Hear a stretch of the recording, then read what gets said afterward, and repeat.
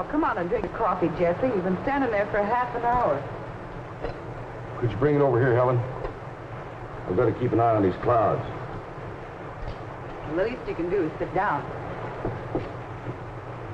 Thanks, Helen.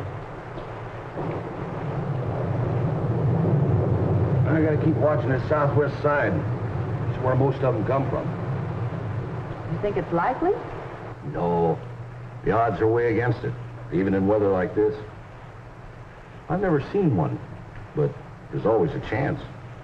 Weather Bureau wouldn't issue a tornado alert without some good reason.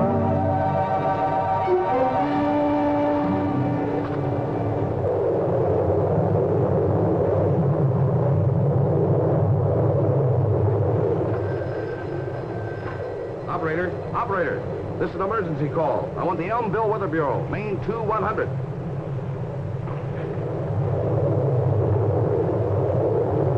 This is Brummett, Mr. Powell.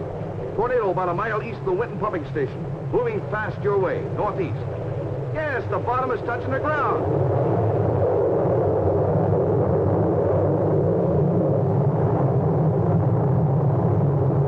Yes, that day, Elmville was struck by a tornado. Most violent type of storm on Earth. Normally, we can expect about 180 tornadoes each year in the United States. They can occur anywhere in the nation. However, the greatest number occur in the flat land areas east of the Rocky Mountains. Each individual tornado is a violent local vortex in the atmosphere. The tornado's parent is a thundercloud, and the vortex suddenly descends to rotate wildly along the Earth in an upward spiraling motion. The funnel consists of air and moisture to which dust, mud, and debris are added by the inrushing winds, estimated to be rotating at speeds as high as 500 miles an hour. Tornadoes are usually funnel-shaped, although they may take the form of a rope, an elephant trunk, or a column. Although its sweep is generally only about 400 yards wide and up to 16 miles long, a tornado's destructive power is appalling. Strong buildings are reduced to rubble, automobiles lifted and flung through the air, great trees whirled about like toothpicks.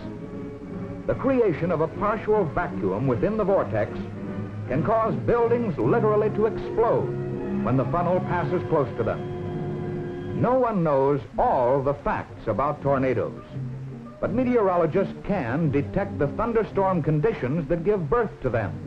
The presence of layers of air of contrasting temperature, moisture, density, and wind flow.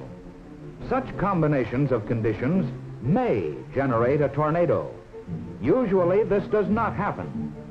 But when the clouds become unusually threatening, it is wise to take every possible precaution. That calls for forewarning. And it is the responsibility of the United States Weather Bureau to provide the public with information regarding the possibility of severe local storms, including tornadoes. Such advance notice can save many lives and even help reduce property damage.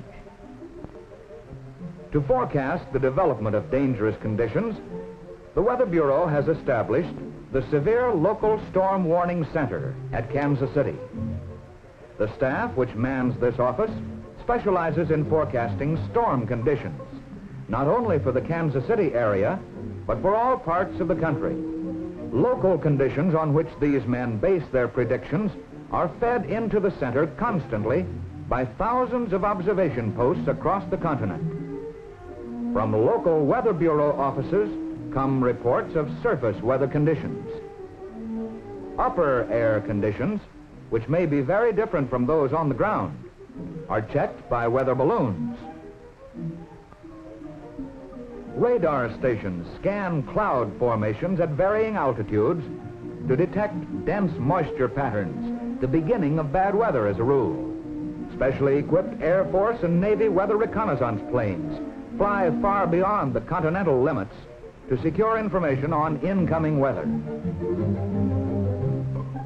All of these observations are funneled into the Kansas City Center, along with nationwide weather charts prepared at the Bureau's Analysis Center in Washington and transmitted by facsimile.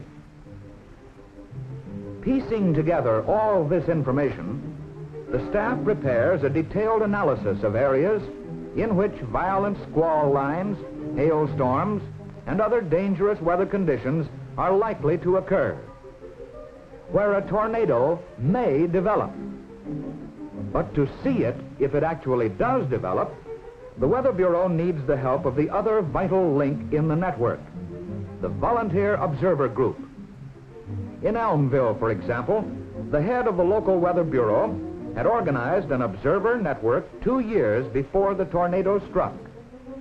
The first purpose of the Observer Corps was to spot actual tornado clouds and advise the Weather Bureau of their location and movement. Another aim was to inform the public about safe behavior during storms, about avoiding false rumors and panic. In the Elmville network, trained observers were stationed about 2 miles apart, with the heaviest concentration southwest of the city. All were pledged to watch any questionable weather, to report promptly to the Weather Bureau any dangerous-looking storms. One of them was Jesse Brummett, whose farm was located southwest of Elmville. One warm, muggy day in May, the forecasters in the Kansas City Center became concerned about conditions in an area to the southwest. These men have a heavy responsibility. They cannot needlessly alarm the public. But when loss of life may be possible, their duty is clear. In this case, they felt that severe storm activity might be expected to the southwest, in an area 160 miles long and 80 miles wide. The Weather Bureau office responsible for distributing warnings in that area was Elmville. The district forecaster in Kansas City immediately called the Elmville Weather Bureau. I think there will probably be several of them in your area before the afternoon. From 50 west of Lawton, northeastward. Looks like it'll be right in here. That's a pretty hot area. That's pretty warm. Let me get that out on the press radio right away. A severe weather forecast was issued for the Elmville area. All public outlets were advised. Police, radio and television stations, and news networks, and the Elmville Observer Network was alerted. This was not a tornado warning. Its purpose was merely to alert the public to the possibility of a tornado occurring somewhere in the Elmville area. We interrupt this newscast to bring you this severe weather forecast issued by the United States Weather Bureau at Elmville. There are indications that locally severe thunderstorms will southward back to the west border of Wallaby. Within this area and perhaps The public in touch reacted areas, calmly. scattered thunderstorms They had learned from the network's information program that this alert meant only that storm conditions existed, that no tornado had yet developed. They knew that experienced observers were at their stations watching, that if and when a tornado developed, they would be warned. So they went about their business as usual, except that practically every radio and TV set in the area was turned on. Mid-afternoon, towering thunderheads had appeared with a sickly greenish-black color. On Jesse Brummett's farm, a heavy rain was falling, and he came indoors to watch from his kitchen. Then, at 3:26,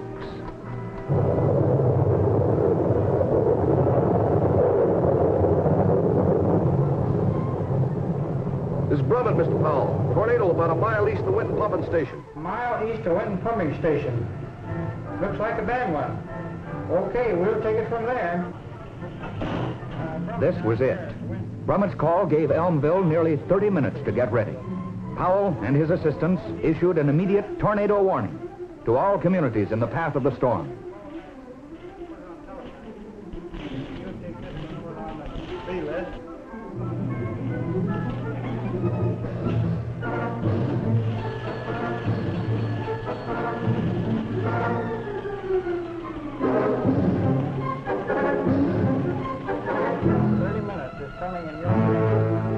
Toward your community.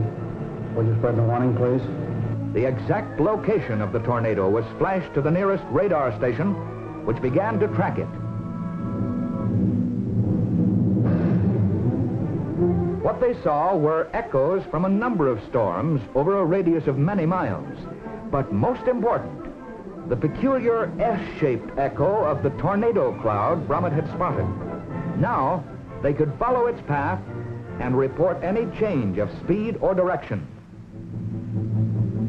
Meanwhile, warned by television, radio, and telephone, the public followed tornado safety rules. Those with storm cellars had the best protection. People in open country sought ditches or ravines. Lying flat in a depression will guard against one of the greatest hazards, flying debris as deadly as shrapnel. In homes, doors and windows on the north and east sides were opened to help reduce damage to the buildings. Families took shelter in the southwest corner of their homes, in basements if they had them.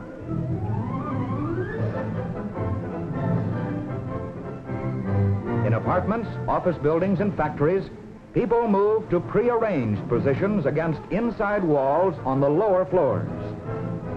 And in schools, because of practice drills, the pupils went to their assigned places on the lower floors, away from windows and large roof areas.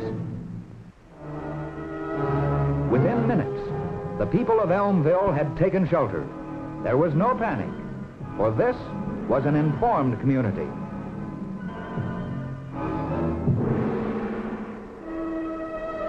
Five minutes later, the tornado roared into the city.